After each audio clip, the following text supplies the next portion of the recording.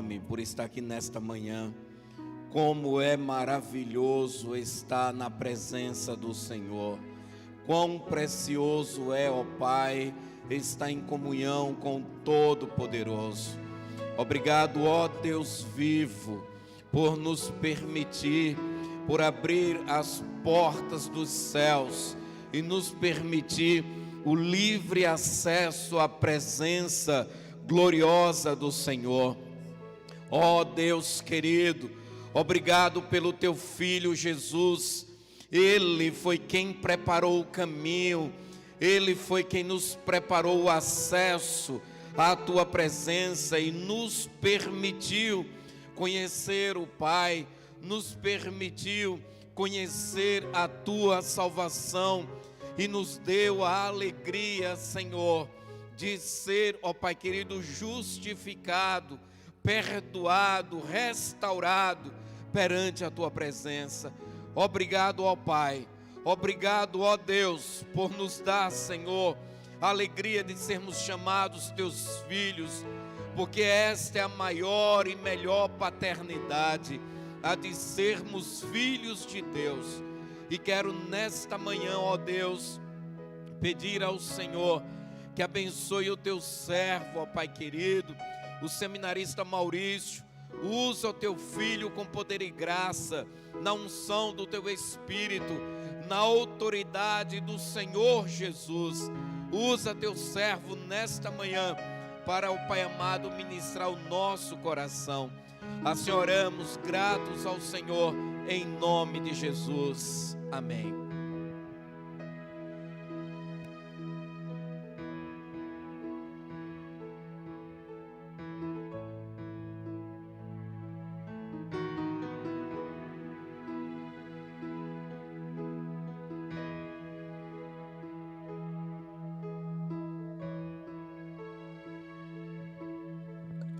Bom dia, meus irmãos.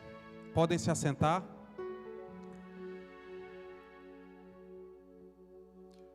Hoje é Dia dos Pais, um dia especial para muitos pais aqui presente, que nos assiste. Um dia também especial para os filhos desses pais. E nos alegramos nesta manhã e durante todo esse dia com a presença dos nossos pais, por podermos ligar para eles, desejar um feliz Dia dos Pais. Alguns de vocês se alegram pelos pais que têm, né? Alguns pais, algumas pessoas aqui estão alegres, pessoas que nos assistem estão alegres por terem um pai exemplar, por estar perto dele ou simplesmente a uma distância de uma ligação.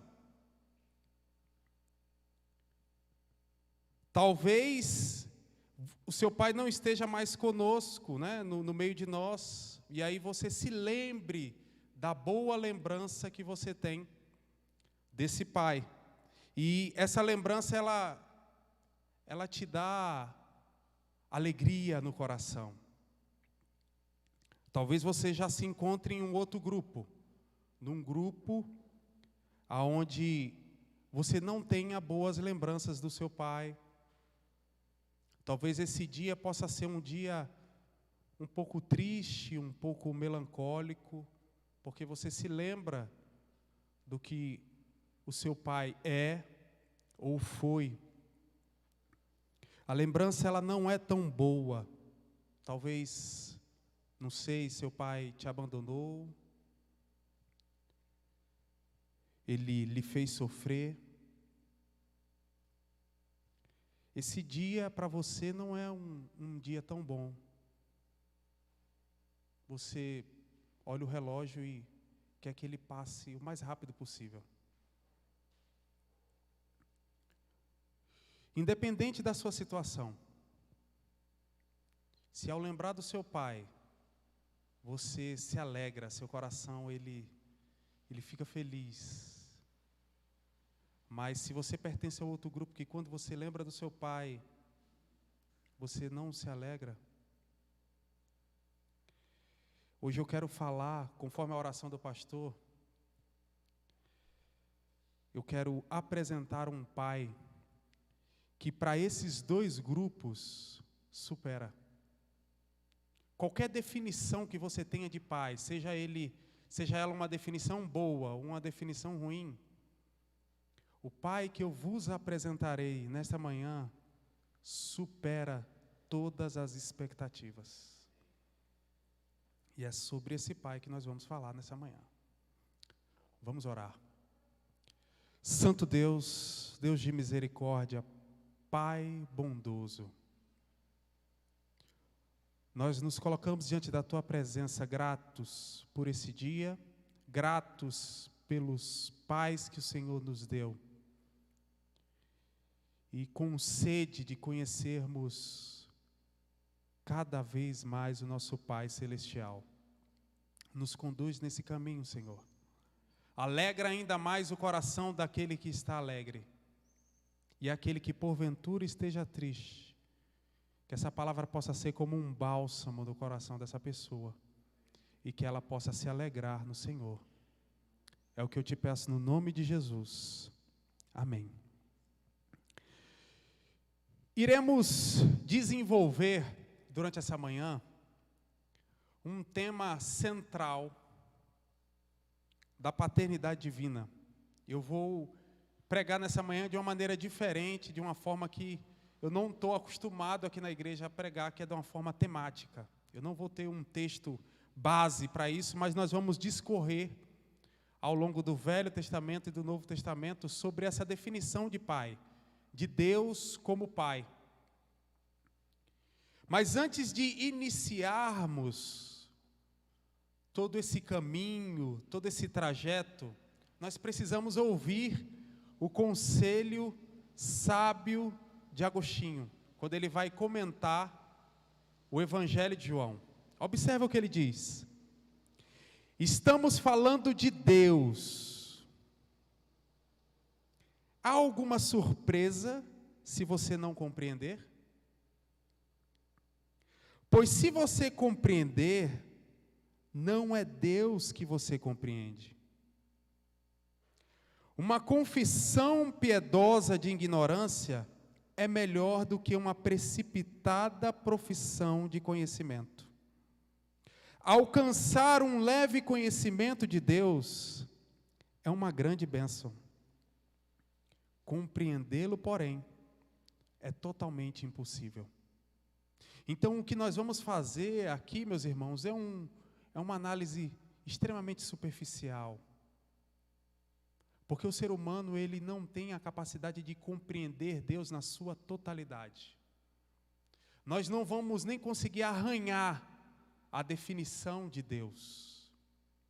Mas ainda assim, no poder do Espírito Santo, nós vamos com ousadia nos aproximar do trono de Deus e buscar entender Deus como Pai. Cristo, em Mateus 6:9, nos ensina a orar, e ele inicia a oração com a expressão Pai Nosso. Ele nos ensina, portanto, que temos um Pai Celestial, que podemos nos achegar a Ele em oração. Ele diz lá em Mateus, ele diz, quando fores orar, orem assim, aí ele ensina, Pai Nosso, e aí discorre toda a oração. As primeiras palavras, a primeira expressão que ele coloca é Pai Nosso, fazendo com que nós nos aproximemos dessa divindade, fazendo com que nós busquemos ter essa relação íntima com esse Deus. Esse Deus que não é distante do ser humano, mas Ele está próximo. Podemos nos comunicar com Ele. Ele nos ouve e podemos o chamar de Pai. Mas o que significa falar sobre Deus dessa forma? O que significa chamar Deus de Pai Nosso? O que está envolvido nisso tudo? O que nós podemos levar para a nossa vida, o que muda no nosso cotidiano, quando entendemos que Deus é nosso Pai. No Velho Testamento, se é para começar, vamos começar do começo, né? Da Gênese, do Gênesis. No Velho Testamento, logo nos 2 primeiros capítulos, nós vamos ver no primeiro capítulo a criação, o relato da criação, numa perspectiva onde Deus cria todas as coisas, onde o narrador ali apresenta a criação de Deus criando tudo por meio de sua palavra. E ali nós vemos um Deus poderoso, infinito, que não tem praticamente proximidade com o ser criado, um ser distante, transcendente. Um Deus que fala e cria. Ele tem o poder da palavra criacional. Homem nenhum tem poder da palavra criacional. Não existe isso de que com a nossa palavra nós podemos criar alguma coisa. A nossa palavra, ela tem poder na criação dos nossos filhos, na relação do nosso cônjuge, mas ela não cria nada. O único que cria por meio da palavra é o próprio Deus. O homem, o máximo que ele faz é manchar com a sua palavra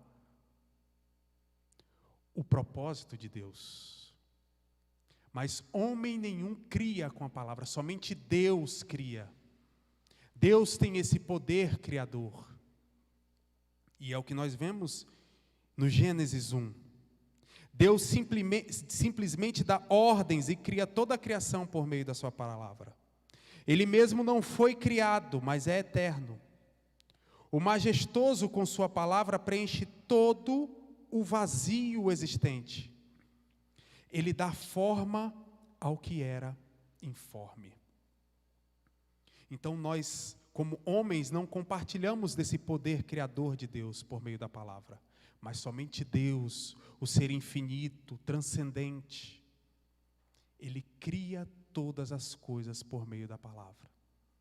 Mas no capítulo 2, se formos ao capítulo 2, nós vamos já ver um Deus, um relato de uma criação, de um Deus mais próximo do homem. Nós vamos ver Deus à semelhança de um oleiro que toma o barro e molda o ser humano. Mas não só isso, Ele sopra do seu espírito dentro do ser humano e faz desse um ser vivente.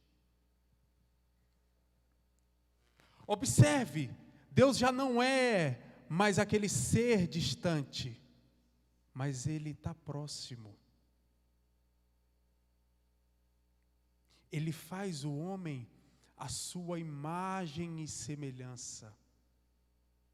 Aqui, como eu falei no domingo passado, nada tem a ver com razão. Nós não somos a imagem e semelhança de Deus por causa da nossa razão, porque pensamos. Porque se fosse assim, o que iríamos dizer das pessoas que estão em um hospital psiquiátrico?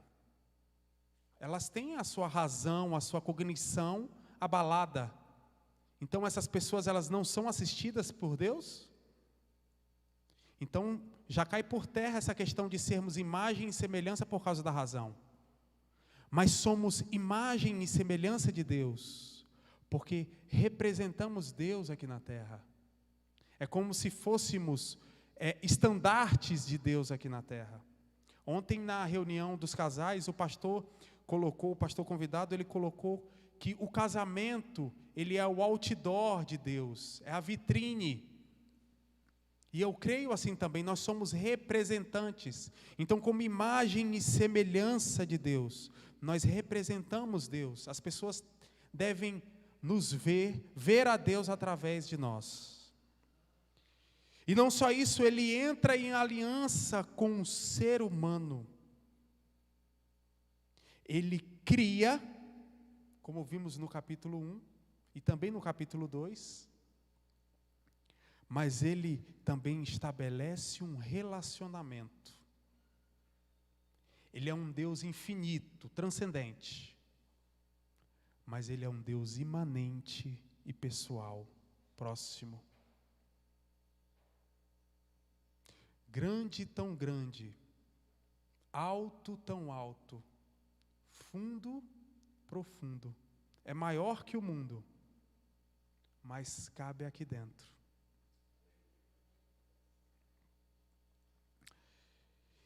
Inicialmente, o primeiro casal tinha plena comunhão com Deus. Capítulo 1, do verso 28 a 31, nós vamos ver que Deus, ele abençoa o casal. Ele diz para esse casal se multiplicar. Deus estava com o casal. Em Gênesis 3, 8a, nós vemos que Deus, ele descia no final da tarde, ele ia ao encontro deles. Existia ali um relacionamento pessoal, ele visitava aquele casal.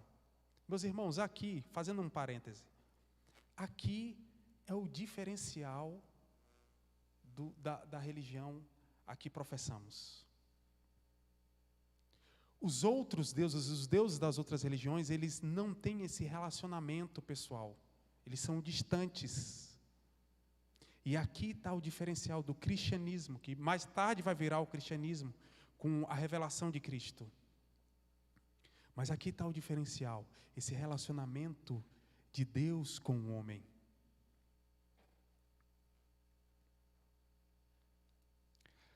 Após a queda, a relação não seria totalmente destruída.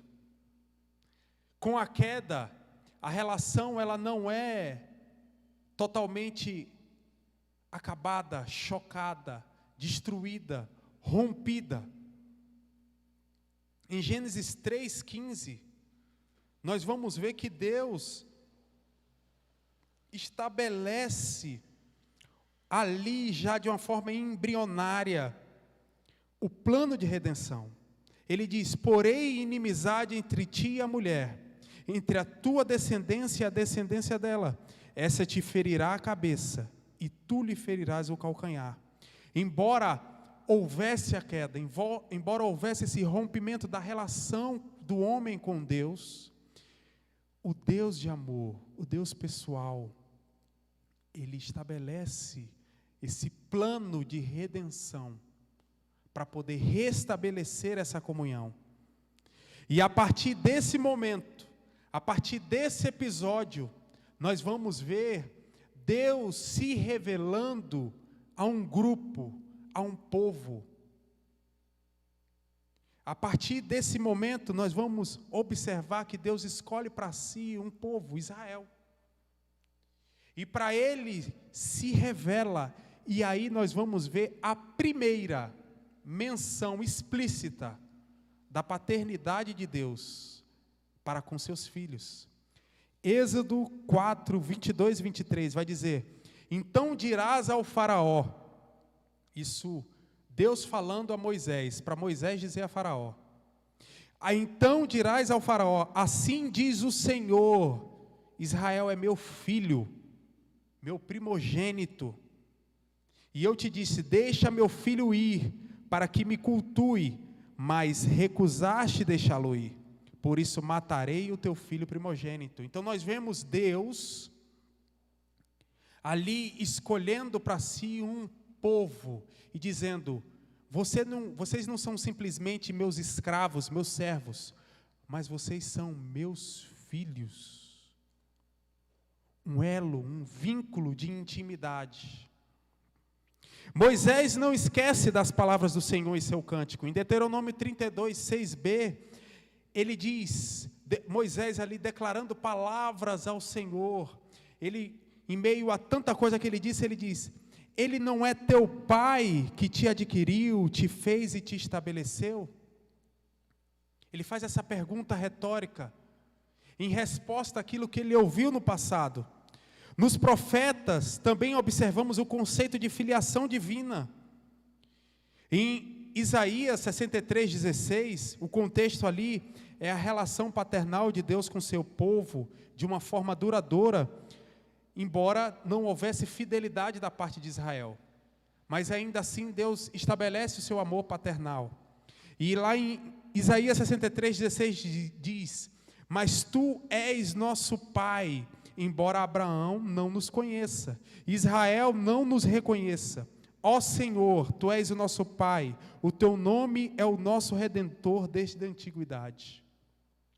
Em Isaías 64:8, onde o contexto é a relação paternal dentro da aliança que havia entre Deus e o povo de Israel, diz o seguinte: mas agora tu és o nosso pai, o Senhor, nós somos o barro, e tu és o nosso oleiro, e todos nós somos obra das tuas mãos.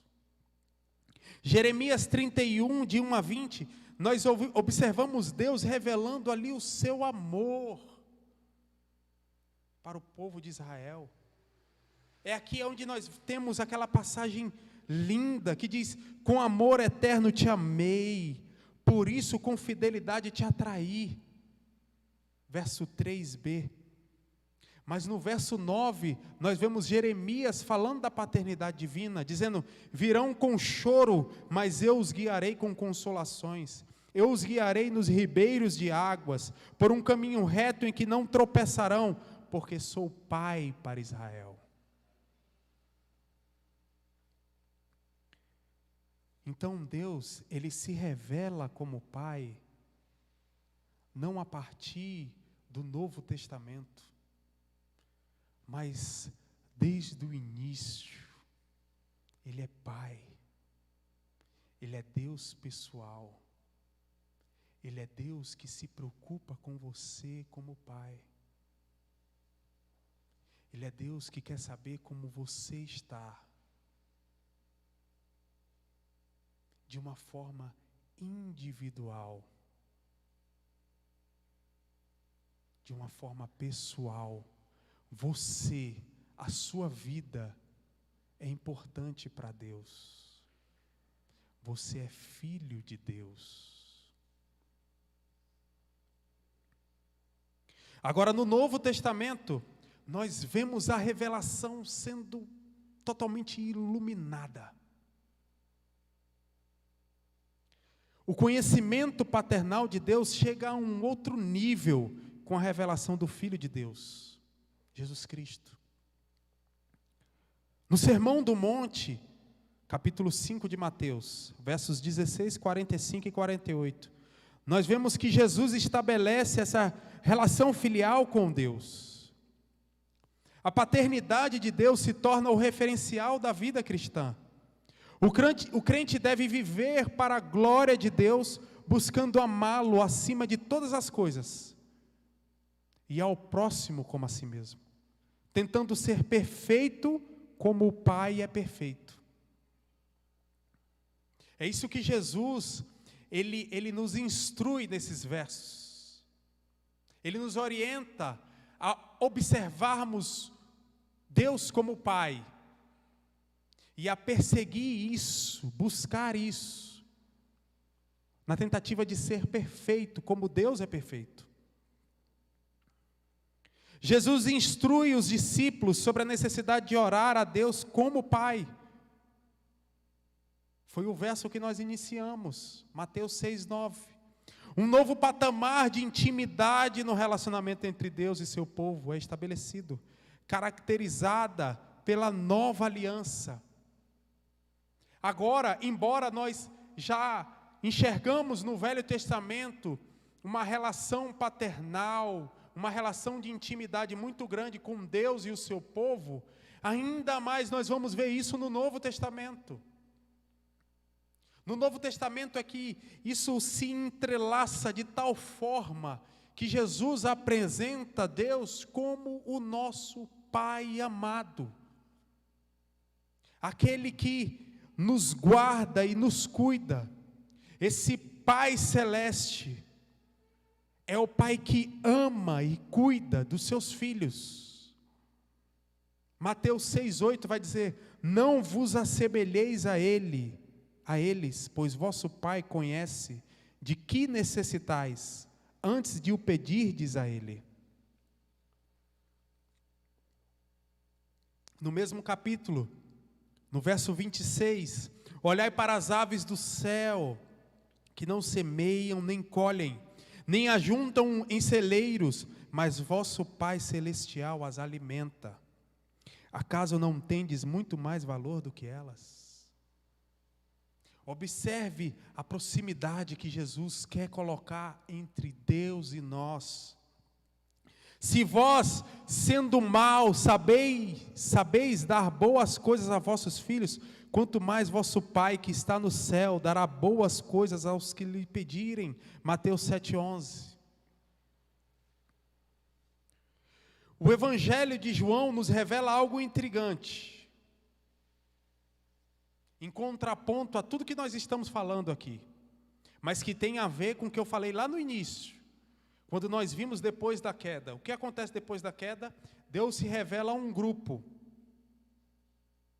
a um povo, a saber, Israel. No Novo Testamento, esse povo que é identificado por uma circuncisão na carne, agora não temos mais essa circuncisão de carne, mas uma circuncisão de coração. É onde nós entramos, nós gentios, entramos e fazemos parte desse povo que é o novo Israel de Deus. Mas nem todos são Israel, nem todos são povo de Deus, e é isso que nós vemos no Evangelho de João, e eu não posso deixar de falar isso. Jesus respondeu: se Deus fosse o vosso Pai, vós me amaríeis, pois saí de Deus e dele procedo. Não vim por mim mesmo, mas Ele me enviou. Porque não me compreendeis a minha mensagem, é porque não suportais ouvir a minha palavra. O vosso pai é o diabo, e quereis satisfazer-lhes os desejos.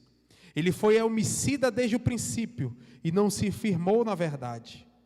Pois nele não há verdade. Quando ele mente, fala do que lhe é próprio, pois é mentiroso e pai da mentira. Então nem todos são filhos de Deus. Nós nos tornamos filhos de Deus, cordeiros com Cristo. E é o que Paulo em Romanos 8,14, de 14 a 17, vai falar como nos tornamos filhos. E ele enfatiza essa necessidade da regeneração que temos, porque só somos filhos de Deus por meio da regeneração. Observe, Romanos 8, do 14 ao 17. Pois todos os que são guiados pelo Espírito de Deus são filhos de Deus. Porque não recebeste um espírito de escravidão para vos reconduzir ao temor, mas o espírito de adoção pelo qual clamamos, Abba, Pai. O próprio Espírito dá testemunho ao nosso espírito de que somos filhos de Deus. Se somos filhos, também somos herdeiros, herdeiros de Deus e co-herdeiros de Cristo. Se é certo que sofremos com Ele, para que também com Ele sejamos glorificados.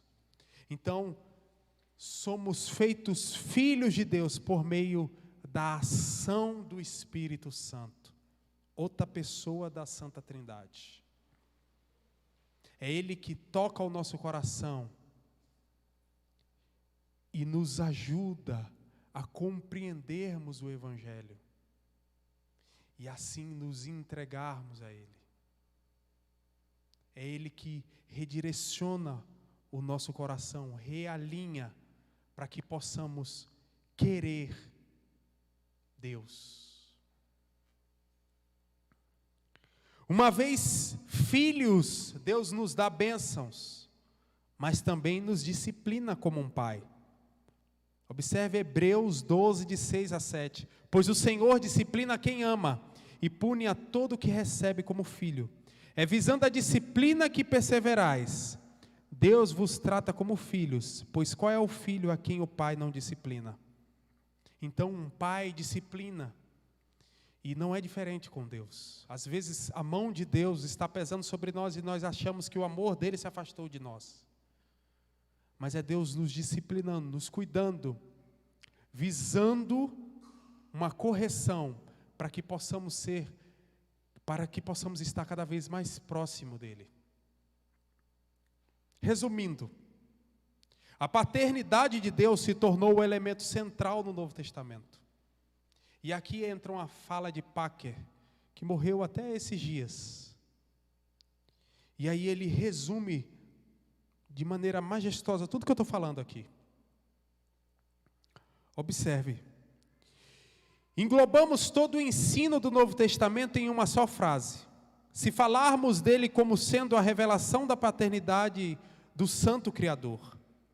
Do mesmo modo, resumimos toda a religião do Novo Testamento se a descrevermos como o conhecimento de Deus como nosso Santo Pai.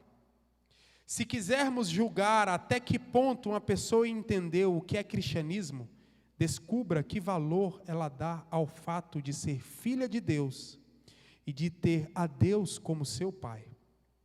Se este pensamento não dominar e controlar suas orações, sua adoração e toda a sua atitude perante a vida, isso quer dizer que não entendeu bem o cristianismo.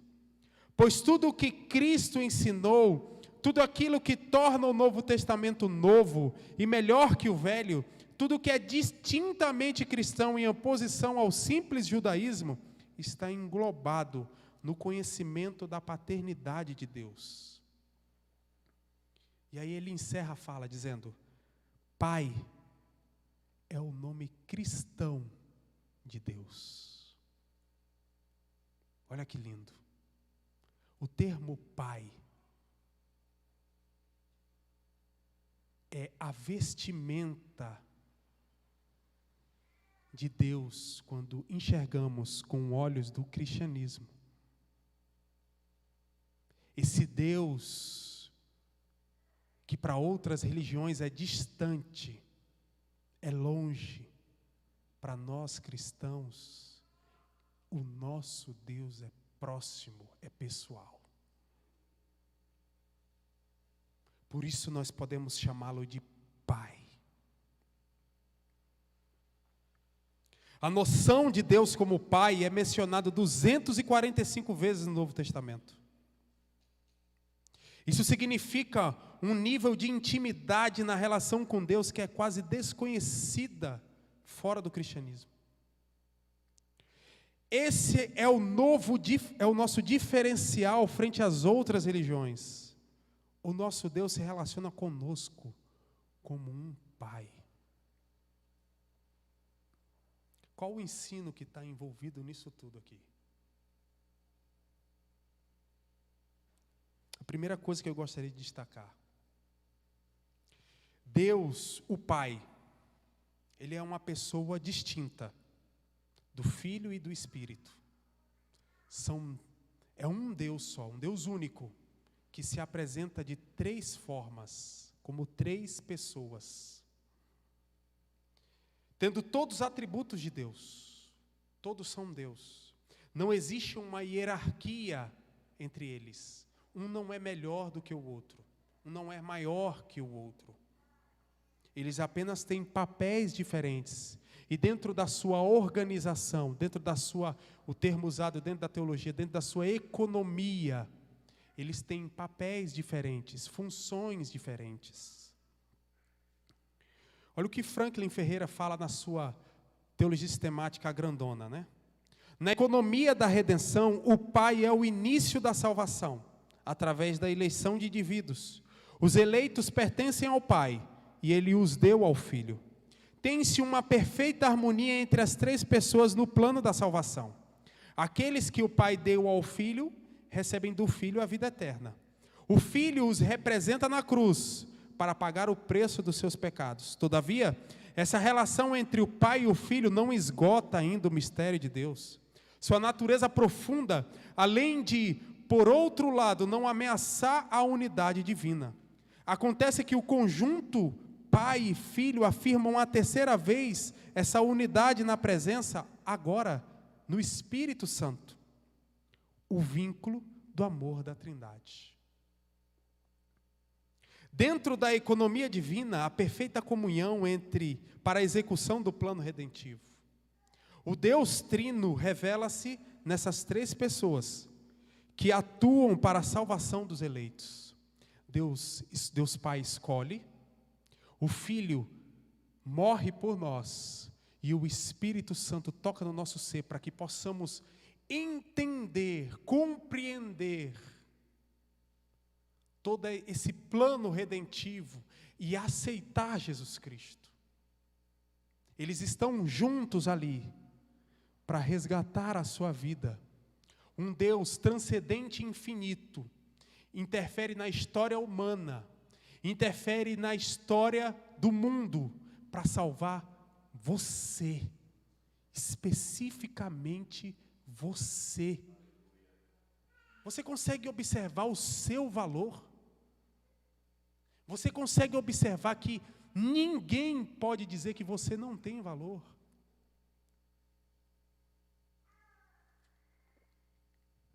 Você consegue observar aí que não importa o tratamento que você teve do seu pai, o que importa de fato é que você é amado de Deus.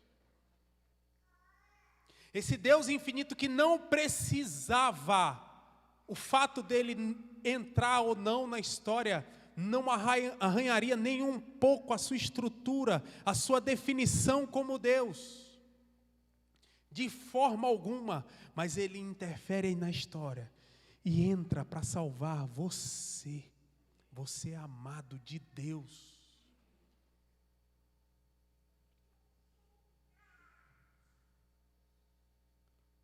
Mas fugindo um pouco da Trindade, vamos observar a faceta, né? A pessoa de Deus como Pai. E em Efésios capítulo 1, do 3 ao 4, nós vemos que o Pai, o Deus Pai, é a fonte da eleição.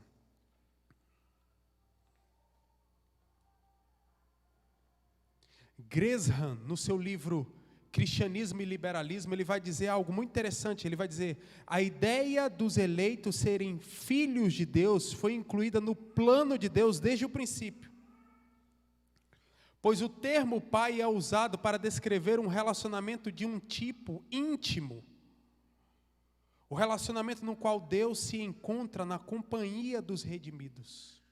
O termo pai foi introduzido para nós de uma forma didática para dizer que Deus quer comunhão contigo. Ele não quer simplesmente salvá-lo e largar você de lado. Ele não quer simplesmente estabelecer algum tipo de sistema que faça você se sentir bem e aí você anda com suas próprias pernas. Deus não é um demiurgo, Deus não é um olho arregalado no canto do universo, observando as coisas que estão acontecendo, observando a pandemia que nos assola, olhando e com medo de tudo que está acontecendo, ou dizendo, eu não me importo com o que está acontecendo com vocês. Muito pelo contrário, o termo pai diz que Deus está com você, está cuidando de você, está do seu lado. Ele não está distante, Ele está vendo o seu sofrimento, Ele está vendo a sua angústia. Deus te ama. Deus te ama. A paternidade divina é o modelo. Aí nós vemos uma coisa muito interessante. E aí vem o segundo aspecto que eu quero destacar com relação ao ensino. Nós podemos nos alegrar com esse Deus que é Pai, com esse Deus que cuida de nós. Mas aí vem uma responsabilidade muito grande para nós, pais, homens. A paternidade divina é o modelo a ser seguido pelos pais humanos. Nós somos feitos à imagem e semelhança de Deus. Karl Barth, falando sobre isso, vai dizer: a verdadeira paternidade, a paternidade autêntica e primeira, está em Deus, e é ela que funda todas as nossas paternidades humanas. A paternidade divina é aquela da qual procedem todas as outras. O modelo de pai é o Deus Pai. Ele é o nosso exemplo. Ele é o que devemos perseguir. E aí eu quero fazer 3 aplicações rápidas, já encerrando a mensagem. A primeira aplicação, ela abrange a todos nós. E relaciona-se com aquela questão de Deus como Pai. Diante dessa doutrina, a doutrina da paternidade de Deus, ficamos estupefatos, vislumbrados com tamanho amor de Deus. E a única resposta plausível, a única resposta coerente a tudo isso, é uma busca por glorificar a esse Deus. Esse Deus que quer essa relação íntima conosco. Essa busca por imitá-lo. E aí parece até um pouco abstrato dizer: como é que eu vou imitar Deus Pai? Mas observe o que Jesus Cristo fala: quem vê a mim, vê o Pai. Então Jesus é a personificação. Lembre que Ele é Deus também. Ele faz parte do Deus Trino. Então, se existe uma abstração, talvez, para vermos Deus como Pai, observemos Cristo. E sigamos o exemplo dele para que a nossa conduta seja exemplar. Não devemos, de maneira nenhuma, substituir Deus em nossa vida por nada.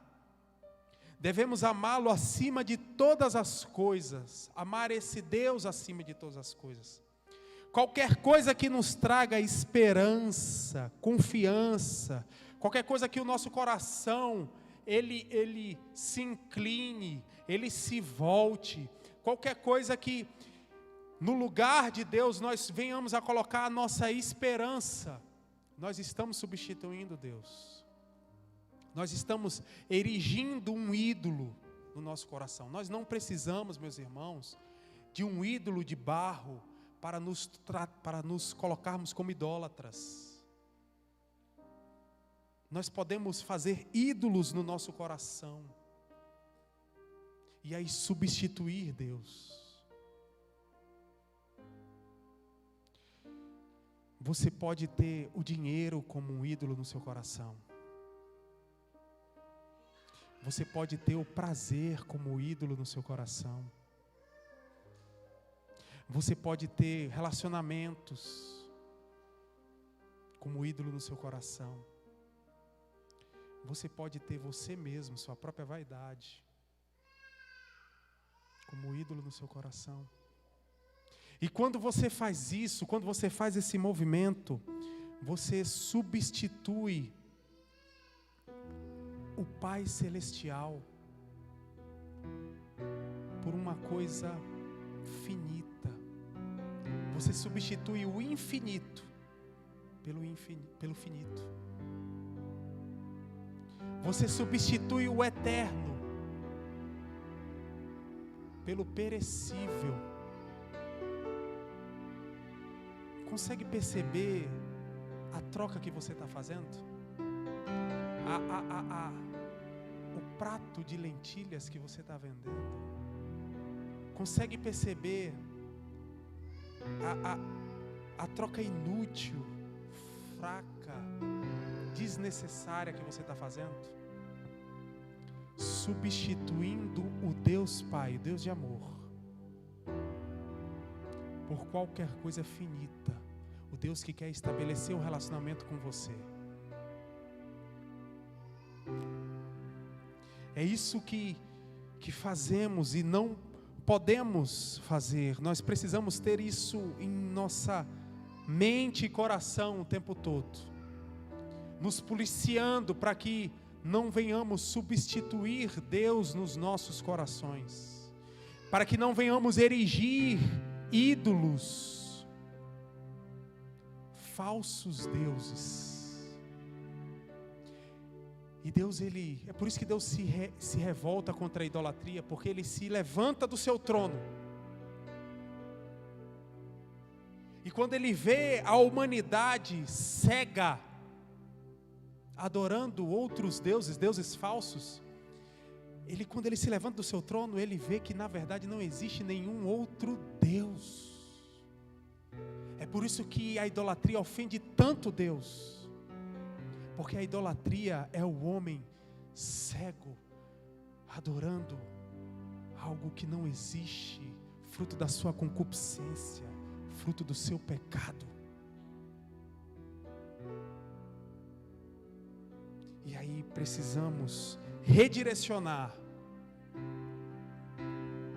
o nosso coração para focalizar no Deus Pai.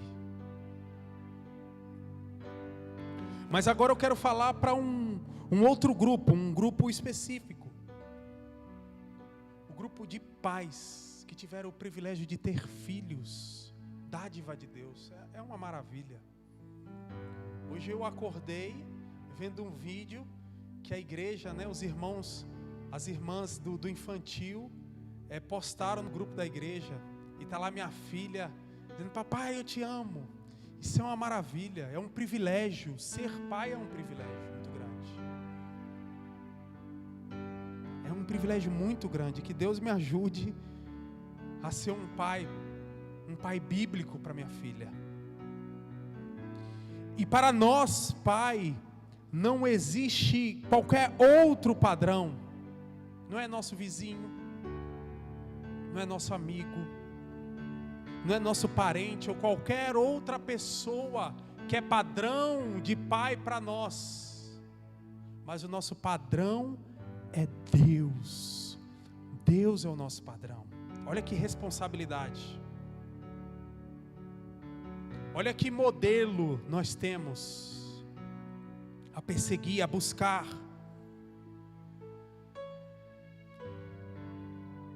E é como eu disse, se caso isso se torne abstrato, olhemos para o filho, porque quem vê o filho vê o pai. Então devemos seguir os passos de Cristo e sermos como Ele a cada dia, buscando sempre a perfeição. Embora nesse corpo não o consigamos, mas é aquilo que eu sempre falo, a busca incessante, o progresso. Eu não sou como ontem. Hoje eu não sou como ontem, amanhã eu não serei como hoje. E sempre progredindo, sempre mudando.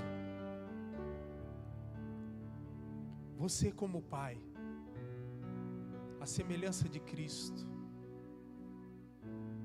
nega-se a si mesmo? Ou você coloca os seus desejos, os seus anseios diante da sua relação com seus filhos? Você é um pai vaidoso? Um pai que olha mais para si do que para os seus filhos? É tempo de repensar, meus irmãos. É tempo de ajustarmos o foco. Nós temos um alvo a perseguir. E precisamos ser esse pai bondoso para os nossos filhos. Não podemos perder tempo. Embora talvez muita coisa, muito desgaste já tenha acontecido na sua relação com seu filho, mas o Deus que ressuscita mortos pode restaurar essa relação sua e do seu filho. Então clame a Ele, peça a Ele. Para os filhos, o último grupo, Se seu pai é um pai exemplar, glorifique a Deus por isso. Glorifique a Deus por isso. Como já dizia Djavan, né? Pai e mãe, ouro de mina.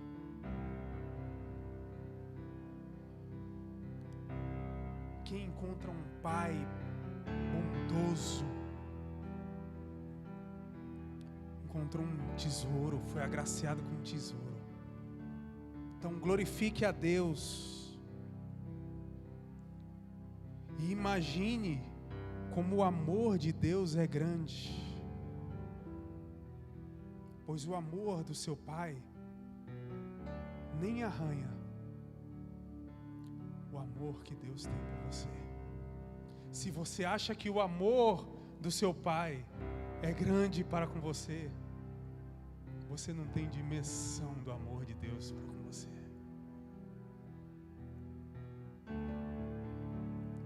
Agora, se seu pai não foi um exemplo, se talvez você foi abandonado e hoje é um dia triste para você, lembre que existe um Deus que lhe ama com amor puro, enorme, grande, imenso, que interferiu a história por você. É por você. Esse amor incompreensível para a mente humana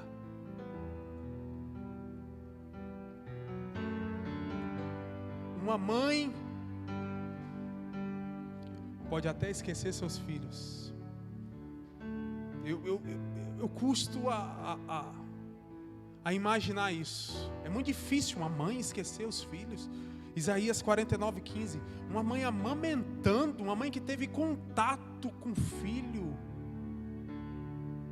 ela pode, ali, Deus falando, ela pode ainda esquecer dos seus filhos. Esse amor tão íntimo, tão forte, pode, ainda que seja rompido, ainda que a mãe abandone esse filho,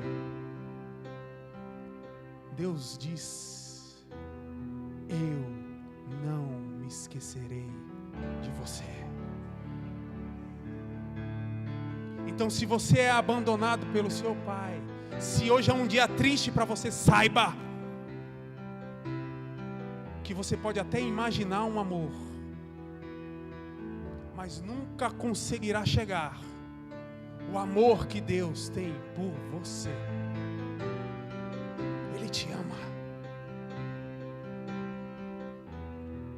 Vamos orar, meus irmãos. Santo Deus, te pedimos perdão, Pai, porque muitas vezes não correspondemos a esse amor tão grande para conosco. Eu peço que o Senhor nos ajude a identificarmos esses deuses falsos e destruí-los. Nós queremos uma relação plena contigo, nós queremos uma relação plena com o nosso Pai, nós queremos ser teus filhos amados, teus filhos que andam contigo e que têm uma relação íntima contigo. Ajuda-nos, ó Deus, por tua misericórdia, nos ajuda a restabelecer a nossa relação contigo, a estarmos cada vez mais íntimos, Senhor, a identificarmos nossos erros, nossos pecados.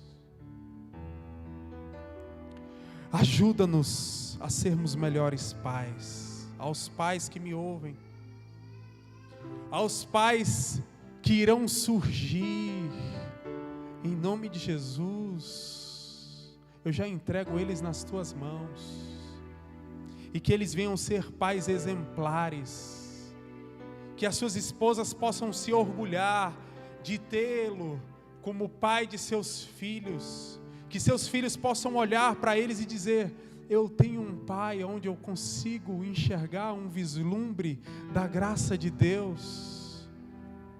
Ajuda-nos a sermos esses pais, Senhor, pais que buscam incessantemente o exemplo maior que é o Senhor. Nos ajuda, Senhor, nos ajuda também a sermos pais de filhos espirituais, de porventura de filhos abandonados na igreja, que são completamente abalados sentimentalmente. Nos ajuda como homens do Senhor, homens que pregam a Tua palavra, nos aproximarmos dessas pessoas e sermos acalento para eles, sermos pessoas que trazem bálsamo para o seu coração. Ó Deus, nos ajuda a perceber esses jovens, essas crianças que precisam, ó Pai, dessa ajuda. Nos ajude a amar cada vez mais os nossos pais. Muitas vezes, como filhos, somos negligentes a reconhecer o esforço do Pai, e esquecemos a música de Legião Urbana. O que nós vamos ser quando crescermos? Culpamos nossos pais por tudo, mas esquecemos que eles são falhos como nós. Então nos ajuda a perdoá-los, a amá-los. Nos ajuda, Senhor. Nos dá um dia de paz, um dia de alegria, onde podemos nos alegrar por termos um pai, ou pelo menos a lembrança desse pai. É o que te pedimos no nome de Jesus. Amém.